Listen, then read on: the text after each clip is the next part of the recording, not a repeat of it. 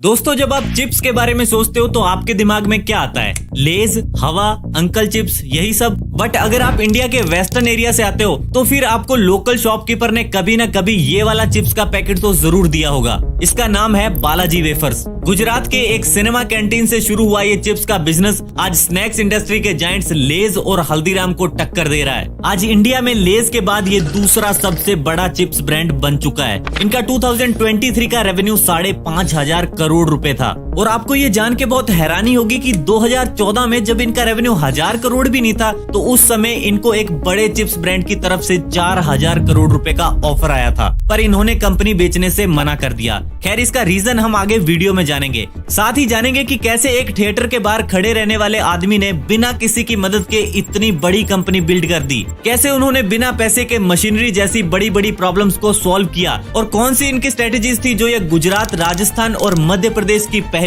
पसंद बन गए हैं। तो ये सब कुछ जानेंगे आज की इस वीडियो में। बालाजी वेफर्स की शुरुआत चंदू भाई वीरानी जी ने की थी। ये गुजरात के धुंधोरा जी विलेज में रहते थे। इनके पिताजी पेशे से एक किसान थे और खेतीबाड़ी से जो कुछ आता उसी से घर चलाते थे। पर बहुत टाइम से बारिश न होने की वजह से अब इनके खेत सूख रहे थे और गांव में पैसा कमाने का और कोई तरीका भी नहीं था। इसीलिए चंदू भाई के पिताजी ने अपनी पुश्तैनी जमीन बेचने का डिसीजन लिया। जमीन बेच के उन्हें 20,000 रुपए मिले, जो उन्होंने चंदू भाई और उनके 2 भाइयों को दे दिए। अब तीनों भाइयों को इसी 20,000 रुपए से कुछ तगड़ा काम करना था, इसीलिए वो गांव छोड़कर राजकोट शहर के लिए निकल गए। शहर आकर उन्होंने फर्टिलाइजर्स और फार्म इम्प्लीमेंट्स का बिजनेस स्टार्ट किया। और ये वो टाइम था जब इन्हें बिजनेस वर्ल्ड की डार्क साइड के बारे में कुछ भी पता नहीं था, इसीलिए इनके साथ स्कैम हो गया। हुआ ये कि जिन फर्टिलाइजर्स को इन्होंने खरीदा था वो फेक निकले और इनके पूरे के पूरे 20,000 रुपए डूब गए। पर पैसे डूबने के बाद भी ये गांव वापस नहीं गए। इन्होंने राजकोट में ही काम ढूंढना शुरू कर दिया और फाइनली इन्हें एक एस्टर्न नाम के सिनेमा में काम मिल गया। काम कुछ नहीं था, बस इन्हें सिनेमा के बाहर एज ए गेट कीपर खड़े रहना था और इस काम के इन्हें 90 रुपए मिल रहे थे, दिन के नहीं महीने के, क्योंकि ये 1974 का टाइम था। पर चंदू भाई को इस काम से कोई प्रॉब्लम नहीं थी। ये हर काम के लिए रेडी थे। इनफैक्ट जब इन्हें सिनेमा के बाहर पोस्टर लगाने को या कैंटीन का कोई सामान लाने को कहते तो ये वो भी कर देते थे। फिर कुछ टाइम बाद इन्हें कैंटीन में सैंडविच और चिप्स बेचने का काम मिल गया। अब इन्होंने कैंटीन में इतनी लॉयल्टी और निष्ठा से काम किया कि बहुत जल्दी पूरे कैंटीन का काम इन्हें ही सौंप दिया गया। बट कैंटीन में एक प्रॉब्लम थी और वो ये कि जिस सप्लायर से ये पोटैटो चिप्स सोर्स करते थे वो हमेशा लेट डिलीवरी करता था, जिसके चलते कैंटीन की सेल्स पर इसका बुरा इम्पैक्ट पड़ता था। इसीलिए चंदू भाई ने इस सप्लायर से कहा कि हटो भाई, आज से चिप्स हम खुद ही बनाएंगे। फिर क्या, इनके पास 10,000 रुपए की सेविंग्स थी तो इन्होंने अपने घर के वरांडा में ही शेड सेटअप किया और वेफर्स का काम स्टार्ट कर दिया। अब ये डेली कैंटीन का काम खत्म करने के बाद घर पे जाकर चिप्स बनाने लगे। धीरे धीरे इनके चिप्स लोगों को पसंद आने लगे, जिसके चलते ये 3 थिएटर्स की कैंटीन्स के साथ साथ 25 से 30 लोकल मर्चेंट्स को भी चिप्स सप्लाई करने लगे। और देखते ही देखते इनके चिप्स पूरे राजकोट में फैल गए। अब साल था 1981 और चंदू भाई के चिप्स को जरूरत थी एक ब्रांड नेम की। तो जिस कैंटीन में ये चिप्स बेचते थे उसके पास ही हनुमान जी का एक मंदिर था, तो वहां से इंस्पायर होके इन्होंने अपने ब्रांड का नेम रखा बालाजी वेफर्स। अब चंदू भाई का काम तो अच्छा चलने लगा था, पर इनको एक मेजर चैलेंज फेस करना पड़ रहा था। चैलेंज ये था कि हाई डिमांड की वजह से ये वेफर्स का स्टॉक फुलफिल नहीं कर पा रहे थे। हालांकि इनके बाकी फैमिली मेंबर्स भी साथ में काम कर रहे थे, बट उससे ज्यादा फर्क नहीं पड़ा, क्योंकि ये अभी भी हाथ से ही चिप्स बना रहे थे और हाथ से चिप्स बना के आप कंसिस्टेंसी मेंटेन नहीं कर सकते। तो इसी प्रॉब्लम को सॉल्व करने के लिए चंदू भाई ने मशीनरी खरीदने का सोचा। पर जब उन्होंने पोटैटो स्ट्रिपिंग की स्टैंडर्ड मशीन देखी तो उन्हें पता चला कि ये तो बहुत एक्सपेंसिव है। बट ये यहाँ रुके नहीं, उन्होंने मशीन की फंक्शनिंग को समझा और सिर्फ 5,000 रुपए में उसके पार्ट्स मंगवा लिए। फिर खुद ही उन पार्ट्स को असेंबल करके पोटैटो पीलिंग और चॉपिंग मशीन तैयार कर दी और अब वो consistently high quality wafers produce करने लगे। फिर कुछ साल ऐसे ही काम चलता रहा और फाइनली 1989 में इन्होंने 50 लाख रुपए की इन्वेस्टमेंट के साथ अपनी पहली फैक्ट्री सेटअप की, जो उस टाइम गुजरात का सबसे बड़ा पोटैटो वेफर प्लांट था। और यहाँ से बालाजी की अपवर्ड ग्रोथ शुरू हो गई। फिर आगे चलकर 2014 में जब बालाजी बहुत ही तेजी से ग्रो करने लगा तो अब कॉम्पिटिटर्स की इन पर नजर पड़ने लगी और इनमें से एक बहुत बड़े स्नैक्स और बीवरेज मेकर ने बालाजी को 4,000 करोड़ रुपए का ऑफर दिया। बट चंदू भाई ने कंपनी को सेल करने से क्लियरली मना कर दिया। इनफैक्ट इन्हें एक बायर ने ये भी कहा था कि कंपनीज बेटियों की तरह होती है, एक टाइम के बाद इनकी शादी करवा के इन्हें नए घर भेजना होता है। इसके जवाब में चंदू भाई ने कहा कि ये कंपनी मेरे बेटे और बेटी जैसी है और मैं अपनी फैमिली कभी नहीं बेचता। अब ये चीज इनकी कंपनी के प्रति डेडिकेशन शो करती है, जिसकी वजह से लास्ट ईयर 2023 में इन्होंने 5,500 करोड़ का रेवेन्यू जनरेट किया। पर चंदू भाई की प्रॉब्लम्स यहाँ खत्म नहीं हुई, क्योंकि 2-3 साल बाद ही लेज की पेरेंट कंपनी पेप्सिको ने बालाजी पर केस कर दिया। उनका कहना था कि बालाजी वेफर्स के पैकेट्स पर उन्होंने लेज के डिजाइन कॉपी किए हैं, बट चंदू भाई ने आर्ग्यू किया और बोले कि लेज हमारे पीछे सिर्फ और सिर्फ इसलिए पड़ा है क्योंकि हम बहुत स्पीड से ग्रो कर रहे हैं। बट अनफॉर्चुनेटली हाई कोर्ट ने लेज के फेवर में फैसला सुनाया और बालाजी से डिजाइन चेंज करने को कहा। अब इस फैसले के बाद बहुत सारे लोगों को ये लगा कि शायद अब बालाजी नई पैकेजिंग के साथ मार्केट में उतना अच्छा परफॉर्म नहीं कर पाएगा, बट चंदू भाई और उनकी टीम को अपने प्रोडक्ट पर बिलीव था। उन्हें पता था कि लोग उनको पैकेज डिजाइन से नहीं बल्कि उनके ब्रांड नेम बालाजी वेफर से जानते हैं, और इसीलिए डिजाइन चेंज करने के बाद भी बालाजी का मार्केट शेयर हर साल 20 से 25% से ग्रो कर रहा है, वहीं लेज का शेयर हर साल गिर रहा है। अब सवाल ये उठता है कि इंडिया में और भी तो वेफर्स मैन्युफैक्चरर हैं, तो बालाजी ऐसा क्या कर रहा है जो इनका कंपटीशन सीधा लेज के साथ चल रहा है? तो ये जानने के लिए हमें पहले इंडियन स्नैक्स मार्केट को समझना होगा।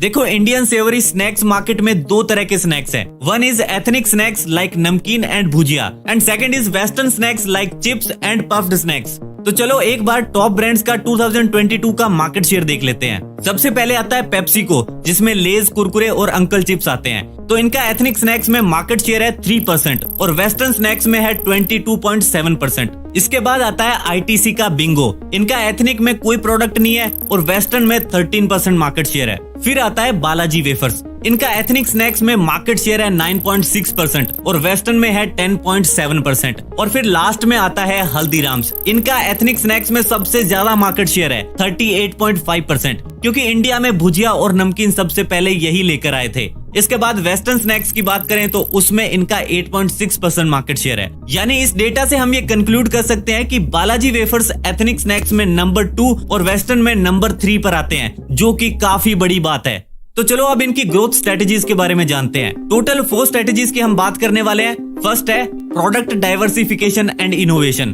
अब पहले ये समझते हैं कि प्रोडक्ट डाइवर्सिफिकेशन होता क्या है और इसका फायदा क्या है। देखो, प्रोडक्ट डाइवर्सिफिकेशन उस स्ट्रेटेजी को कहते हैं जिसमें एक कंपनी अपने प्रोडक्ट पोर्टफोलियो में कुछ नए प्रोडक्ट्स इंट्रोड्यूस करती है, ताकि कंपनीज को एक सिंगल प्रोडक्ट पर रिलाय ना करना पड़े। और बालाजी वेफर्स ने भी यही किया। ये कॉन्टिन्यूसली नए और इनोवेटिव प्रोडक्ट्स अपने पोर्टफोलियो में ऐड करते चले गए और इसी चीज ने इनकी कॉम्पिटिटिव मार्केट में स्टैंड आउट करने में मदद की। फॉर एग्जाम्पल, बालाजी का मेजर टारगेट सेगमेंट है वेस्टर्न इंडिया, और ये इस चीज को अच्छी तरह समझते हैं कि हर रीजन का अपना एक पर्टिकुलर फ्लेवर या टेस्ट होता है। इसीलिए इन्होंने राजस्थान के लिए पेरी पेरी वेफर्स जैसे स्पाइसियर फ्लेवर स्नैक्स बनाए, फिर गुजरात के लिए गाठिया और महाराष्ट्र के लिए चाट चस्का जैसे फ्लेवर्स लेके आए। साथ ही ट्रेडिशनल हाउस होल्ड्स के लिए ये नमकीन में भी काफी सारी वैरायटीज लेकर के आए, जैसे कि आलू सेव, रतलामी सेव, भुजिया, मुरमुरा एटसेट्रा। करंटली बालाजी 50 अलग अलग फ्लेवर्स के स्नैक्स बनाता है। साथ ही इन्होंने बेक्ड वेफर्स और रोस्टेड नमकीन जैसे हेल्दियर स्नैक ऑप्शंस भी इंट्रोड्यूस किए हैं, ताकि हेल्थ कॉन्शियस कस्टमर्स को भी केटर किया जा सके। और अभी रिसेंटली इन्होंने अपना गिप्पी नूडल भी लॉन्च किया है। तो ये जो डाइवर्स प्रोडक्ट्स का पोर्टफोलियो बालाजी ने बिल्ड किया है, यही इनकी सबसे बड़ी स्ट्रेंथ है।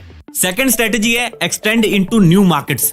बालाजी वेफर्स ने सबसे पहले अपने होम टाउन गुजरात में अच्छी पकड़ बनाई। जब वहां ब्रांड एक स्ट्रॉन्ग पोजीशन पर आ गया तो इन्होंने neighbouring states like Maharashtra, Rajasthan और मध्य प्रदेश में बिजनेस एक्सपेंड करना शुरू किया। और ये एक लॉजिकल स्टेप था, क्योंकि नेबरिंग स्टेट्स में कुछ कल्चरल और फूड प्रेफरेंसेस ऑलमोस्ट सिमिलर होते हैं, जिनकी वजह से ब्रांड अवेयरनेस स्प्रेड करना इजी हो जाता है। इसके बाद जब 2014 में इनका वेस्टर्न इंडिया में अच्छा खासा नाम हो गया, तो अब इन्होंने नेशनल मार्केट में जाने का सोचा और पैन इंडिया आते ही इन्हें लेज और हल्दीराम्स जैसे ब्रांड से कम्पीट करना पड़ा। बट इन्हें ज्यादा प्रॉब्लम नहीं हुई, क्योंकि इनकी प्रोडक्ट पेनिट्रेशन की स्ट्रेटेजी बहुत अच्छी थी। इन्हें पता था कि लेज, बिंगो और हल्दीराम पहले ही टियर 1 और टियर 2 सिटीज को कैप्चर करके बैठे हैं, तो स्टार्टिंग में वहां जाकर कोई फायदा नहीं है। इसीलिए इन्होंने टियर 3 और रिमोट एरिया से एक्सपेंशन करना शुरू किया, और वो इनके लिए इजी भी था, क्योंकि जनरली रिमोट एरियाज में लोग वेफर्स की क्वांटिटी देखते हैं और क्वांटिटी इनके चिप्स की पहले ही ज्यादा थी, तो इनके लिए ये डाउन टू टॉप एक्सपेंशन की अप्रोच काम कर गई।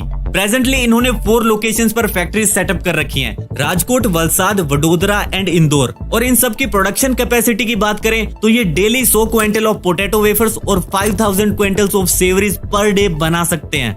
इसके बाद थर्ड स्ट्रेटेजी है इन्वेस्टमेंट इन टेक्नोलॉजी। हमें ये पता है कि शुरुआती दिनों में चंदू भाई खुद ही सारे काम करते थे, फिर चाहे वो पोटैटो पीलिंग हो, वेफर्स फ्राई करना हो या पैकेजिंग करना हो, क्योंकि उस टाइम मशीन वगैरह के तो पैसे ही नहीं थे। पर कुछ टाइम बाद इन्हें ये समझ आया कि हाथ से चिप्स बनाने में वो सेम क्वालिटी मेंटेन नहीं हो रही और ऊपर से शेल्फ लाइफ भी कम हो रही है। इसीलिए इन्होंने ये समझ लिया कि ह्यूमन एरर को एलिमिनेट करने के लिए मशीनरी और ऑटोमेशन बहुत जरूरी है। तो फाइनली 1995 में इन्होंने एक fully automated manufacturing plant setup किया और ऑटोमेशन के बाद इनकी 3 मेजर प्रॉब्लम सॉल्व हो गई। पहली, फ्राइंग। जहां पहले आधे चिप्स या तो कच्चे रह जाते थे या जल जाते थे, वहीं अब हर एक वेफर ऑप्टिमल टेम्परेचर पर फ्राई होने लगा, जिससे कंसिस्टेंट टेक्सचर आने लगा। साथ ही ऑटोमेटेड मशीन्स की वजह से अब स्पाइसेस और सीजनिंग्स की इवन डिस्ट्रीब्यूशन होने लगी, जिससे प्रोडक्ट का फ्लेवर और टेस्ट मेंटेन हो गया। इसके अलावा ऑटोमेशन की वजह से पैकेजिंग भी क्विकली और एफिशिएंटली होने लगी, जिससे एक तो प्रोडक्शन टाइम कम हो गया और दूसरा अच्छी पैकेजिंग की वजह से प्रोडक्ट की शेल्फ लाइफ भी बढ़ गई। और इसी टेक इन्वेस्टमेंट ने बालाजी की कॉस्ट रिड्यूस करने में काफी हेल्प की है, क्योंकि ये मार्केट में अकेला ऐसा ब्रांड है जो एक 10 रुपए की चिप्स के पीछे सिर्फ 1.5 रुपए मार्जिन रखता है और फिर भी प्रॉफिट निकाल लेता है। इसके बाद फोर्थ और फाइनल स्ट्रेटेजी है फोकस ऑन कस्टमर सेटिस्फेक्शन। देखो, बालाजी वेफर्स की एक खास बात ये थी कि इन्होंने अपने कस्टमर्स पर नजर बनाए रखी। इन्हें ये अच्छी तरह पता था कि हमारे यहाँ लोग बहुत ही ज्यादा प्राइस सेंसिटिव है और इनका बिहेवियर सिर्फ प्रोडक्ट की प्राइस से ही इन्फ्लुएंस होता है। तो इसीलिए इन्होंने सेम प्राइस पर कॉम्पिटिटर से ज्यादा क्वांटिटी प्रोवाइड करनी स्टार्ट कर दी और ये स्ट्रेटेजी बालाजी के लिए ब्रिलियंट साबित हुई। इसके अलावा बालाजी कॉन्टिन्यूसली न्यू फ्लेवर्स को इंट्रोड्यूस करता रहता है ताकि प्रोडक्ट लाइनअप फ्रेश और एक्साइटिंग रहे। साथ ही कस्टमर को भी हमेशा कुछ न कुछ नया प्रोडक्ट देखने को मिलता रहे।